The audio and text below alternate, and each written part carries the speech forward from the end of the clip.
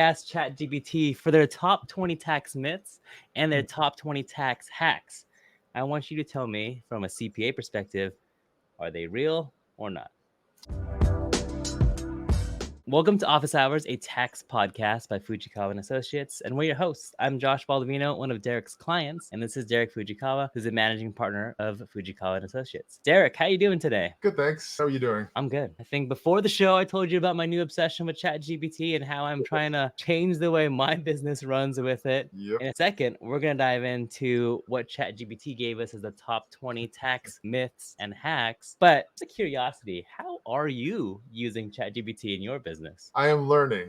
I set up an account, but I've got to figure it out. But definitely something that I know I need to leverage. Got to learn that pretty quick. It is changing the world like the internet. It is crazy. Yes. Okay, so I was going to show you this list, but I didn't want to show you what ChatGPT gave us because I wanted your actual reaction. I think some of these I can bust myself, but let's just dive right into it. If you are listening to this with audio only, you need to see the video because this list is fun. Okay, so let's start from the top. These are the top 20 tax myths from ChatGPT in October 2023. Is it real or not? Okay, this is pretty easy. Is filing a tax return optional? I cheated and I saw that. No, it's not optional. You can ask the many people that are getting letters every day from the IRS for not filing. All right. Okay, how about this? Let me skim through some of these because some of these Sure. seem pretty obvious for the most part. Sure. Okay, this one's interesting. The always will always get me. You Yeah. can always deduct 100% of your home office expense. Always. No, there's specific rules for home office. It has to be used exclusively for business, and you have to take the square footage of the area that's used. So you can't just arbitrarily say I have a home office and deduct it, whatever it is. Okay, fair enough. So there are rules. Actually, we have a whole episode. I'll link that down below. Yes, you do. And actually, in that episode, you could tour Derek's office that he has, that Yes. he completely built out an ADU. So there you go. This one is fun. I didn't actually realize what this meant until it took me a few years to figure this out. But getting a tax refund means you've overpaid your taxes. That one's true. I guess with everything, it depends. In the vast majority of cases, that's true, right? If you're getting a refund, that means that your payments were more than your total tax due. So then you're overpaying your taxes. Potentially, I guess you could be getting some credits that offset your tax and then generate a refund, which could potentially not necessarily mean you overpaid. You're just getting these credits that are creating some tax refunds. So I guess not 100% a myth, but not 100% true. But for the most part, most people that are getting refunds are getting it because, yes, they've paid more in taxes than their total tax bill. Man, but I totally forgot about the credit thing because that makes a lot of sense. You kind of have to file that and wait for it to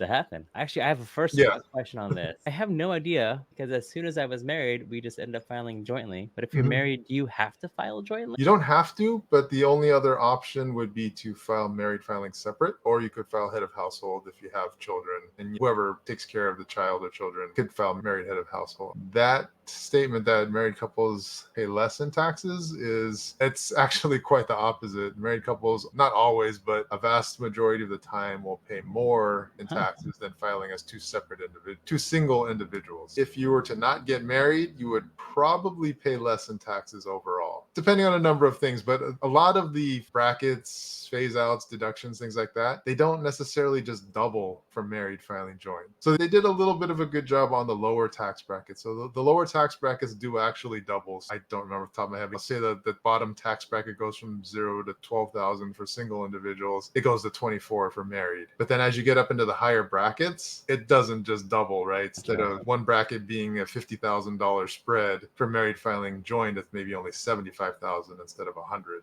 You're moving into the higher brackets faster as a married couple. That makes a lot of sense. Yeah. And also that makes me sad. Yeah, there's some things like some phase outs and things that come faster as married people, or the passive loss limitations. Okay. The same for married, and it's the same for single and married. So you're better off having two single people having rental properties, potentially being able to take the passive losses. If they each had $100,000 of income combined, they're over the passive loss limitation phase out amount, and they can't take any of their rental losses. But at $100,000 each, they're below that limitation and can take those losses. In general, it hurts you actually tax-wise to get married. But interesting. I'm gonna let the audience decide. Should we do a full episode on what happens financially when you get married? Sure. Because we did see a premarital counselor talk about those But then issues. But I broke down our finances, but not to the extent where we can talk about it with the CPA. So that could be an interesting episode. So if you want us to do one on about what happens with your finances after you get married, let us know. Get married for love, not for taxes.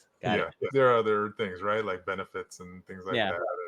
But yeah, strictly tax wise, in general, you're going to pay more in taxes. I'm going to skip this evasion avoidance thing, unless you got a quick answer for this. Evasion is against the law, avoidance is within the law. Was that a real thing? Yeah, tax evasion is basically trying Yeah. to defraud the IRS, right? Tax avoidance is just doing what we're doing, is minimizing your taxes within the bounds of the IRS code. Oh man, then we are definitely leaving this as a clip. Okay, how about this? You can avoid taxes by moving money offshore. The IRS taxes your worldwide income. If you have, say, a property in Europe or Asia Yeah. or whatever that you're renting out, you still have to report that as net income. Yeah, you still have to report that income on your tax return. If you have investments outside of the US, you have to report your worldwide income. If those other countries tax you on that income, Okay. and the US has a treaty, which it does have with quite a few countries, then you can take a tax credit for the taxes that you pay in that country so that you're not double taxed on it. But yeah, but you do have to report it. You can't just leave it off of your tax return. Okay. Another voting. If we should do case studies on companies. And moving money offshore just creates more complications for your tax return, because if you have more than $10,000 out of the country, you have to file a FBAR foreign bank account reporting, which you have to report the details of that account. Even if it has no income, if you have money out of the country, you have to report all of your accounts so that the IRS knows where all your money is. Does that mean even if I'm sending money to, say, family in the Philippines? If you're giving it to them, no. But if you have your own account, like under your name, and you have authority over that account, then yes, you do have to report it. If it's over $10,000. All right. Good to know. Yes. It's important too, because the penalties are pretty stiff on those if you don't report them. Yeah, that seems like real white collar crime there.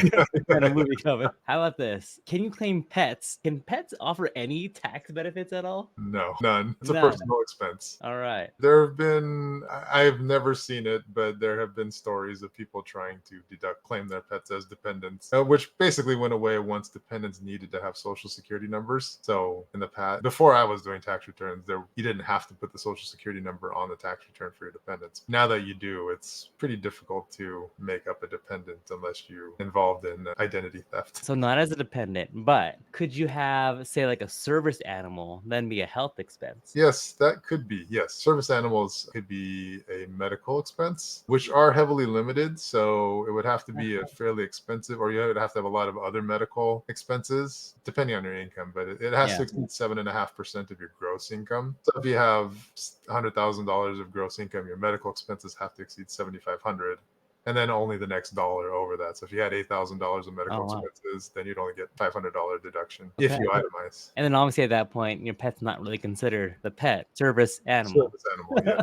Yeah. Fair enough. You can deduct personal vacations as business expenses. We've probably covered this one a few times. We've covered it. If it's a personal vacation, no. But if you can create, like we've talked about, using that kind of sandwich method or things like that, where if you have more business days than personal days, then you can deduct some of your expenses relating to that travel. Like we mentioned before, the sandwich method, where you go have appointments, travel on a Thursday, have appointments on Friday, spend the weekend doing personal stuff, and then have some appointments on Monday, and then fly out Tuesday. Your whole trip is basically considered a business trip, because those 2 days in the middle, they're non-business days, so you wouldn't conduct business during those days anyway. So you can sandwich your vacation in between your business trip. That makes sense. And also, we have another episode, and I'll probably link that down below too. I'm going to skip to this one. Tax planning is only for the wealthy. How do you like to answer that one? We just talked about this not too long ago, right? No, it's not. Tax planning is for anybody, really. You want to do your tax planning before the year end, just to get an assessment of where you are, and then see what you can do to minimize your overall tax situations. Even if you are a W-2 employee, there is some planning that you could potentially do by the end of the year. Even if there's nothing that can be done to minimize your taxes, at least it'll give you an idea of what to expect once you do ultimately file your return come April of the following year. All right, let me skip to 15 over here. The IRS can't touch your retirement account. True or false? No, the IRS can. If you're sued, they can't. Okay, it depends. If it's in a trust, like a 401k plan, Yeah. then I don't think anyone can touch touch those. But if it's within an IRA, those aren't protected. If you're sued or if you have any garnishments, those could potentially be hit. But if it's within a trust, like a 401k plan or a company retirement plan, those can't be touched. Okay. I'm gonna skip to this one, number 19. You can't be audited after the statute of limitations has expired. Is there such a thing? In general, yes. The one exception to that is fraud. If the IRS finds fraud, so say they audit you for last year and find that there was fraud on the return, you willfully didn't put something on the return. It wasn't just an honest mistake or a calculated mistake. Then they can go back as far as they want. They can audit every return in your past if they want. But in general, there's a 3-year statute of limitations for the IRS, 4 years for California if you live in California. Both of them can go back an additional 3 years if they find a major misstatement of your income, which is considered 25% of your total income. If you have $200,000 of total income and they find a $50,000 mistake, then they can go back an additional 3 years. So they can go back, IRS can go back 6, California can go back 7. So is that why I've heard of like a rule of thumb of keep everything for 7 years? Yeah, that's got 7-year rule for keeping all your documents. Yeah. As long as you're not trying to defraud the IRS, then 7 years is fine. Okay, well, let's scroll down to some of these tax hacks here, which I think we've covered some of these. Sure. Okay, let's go into, we haven't hit that much in terms of, I feel like, take advantage of tax credits for energy efficient home improvements. Yeah, the biggest one there is going to be the solar panels, right? So you could take 30% of the cost of solar panels, and something relatively new is you can also deduct the cost of batteries. So those, see those Tesla panels or those batteries that'll take the solar energy that you get and store it there. Those are now eligible for that credit. So that's usually the biggest. There are some smaller ones. You can buy energy efficient appliances and water heaters and things like that. We're talking in the few hundreds of dollars versus a few thousands of dollars when it comes to solar installations. Gotcha. Okay, let's go number 8. Gift assets strategically to reduce estate taxes. What does that mean? So that's not going to affect your tax return, at least currently, but you can gift assets away to reduce your overall estate. So if you're going to be close to the estate tax exemption amount, currently it's about 13 million. So a lot of people probably aren't going to hit that. But even if you're not sure, you could start transferring some of your wealth to, say, your children or other people that you want that to go to now while you're alive. You're allowed to gift $17,000 per person per year without any gift tax implications. You don't have to file any returns. You don't have to pay any gift taxes, anything like that. And that is from one person to another person. Say you and your wife could give another married couple $17,000 each. So you could give, say, okay, let's switch it around. Say your parents wanted to gift you money. Your father could gift you 17 and your wife 17, and your mom could gift you 17 and your wife. So they could transfer $68,000 a year out of their estate without having to do any additional filing. And then that's out of their estate. And so say they're going to be close to that estate tax limit or whatever. You do that every year for the next 10 years, you could shift out $680,000 of assets out of their estate. And if they have multiple children, you do that to each child or child and spouse as well, and then shift a lot of assets out of it. This is one of those for the rich type of things. With the value of real estate going the way it is, who knows? You could have a relatively large estate with not a huge number of properties here in California or wherever you are. So that $17,500, do I have to now pay taxes on that too, or is that because of the gift limit? It's a total non-event. A gift is not taxable to the recipient, and it's not deductible to the person giving it. So the only issues you have to deal with are gift taxes. So if you're over that $17,000 limit, there's a potential gift tax on the amount over that. But what you can do is you can use your lifetime exemption, that 13 million that you have. You can eat away at that. If, say, you wanted to help your child buy a house and wanted to give them $200,000 for a down payment or something like that, then you can use that 17,000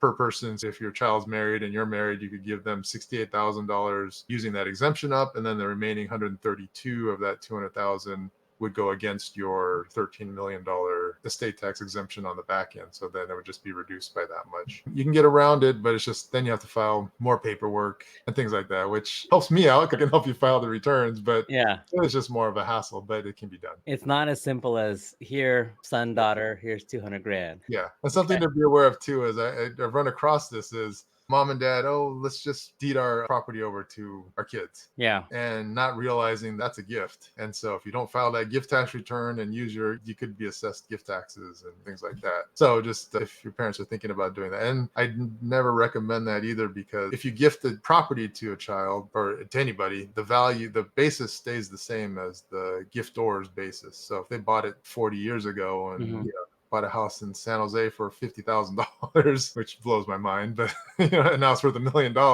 Yeah. You give it to somebody, they sell it, their basis is only that 50,000, they're going to pay tax on that full sale almost, right? But if the parents just hold on to it, and then when they ultimately pass away, then they get that estate tax, or they get that step up in value, a step up in basis when they pass away, and then now the children can sell it for current fair market value. As long as they sell it right away or shortly after, then they're going to have little to no gain on that sale at that point. The net of that basically is if you're planning on giving your child a house and or a significant amount of money, you should talk to Derek first. Sure. And this is fun. I'm sure ChatGPT can come up with a few more other scenarios that we can play through, but this has been good, Derek. If you enjoyed this and you have specific questions that you want us to answer, put them in the comments below. I'd love to see what random questions that you all have. But Derek, I think I'm going to try and get ChatGPT to try and trick you more, see what we can come up with here. Awesome, guys. If you enjoyed this episode, make sure to like and share this, especially with anyone who is thinking about either gifting someone some property, maybe getting married and all of that good stuff, because this is a fun episode to listen to. But Derek, I appreciate your insight, and we will see you all on the next one. Thanks.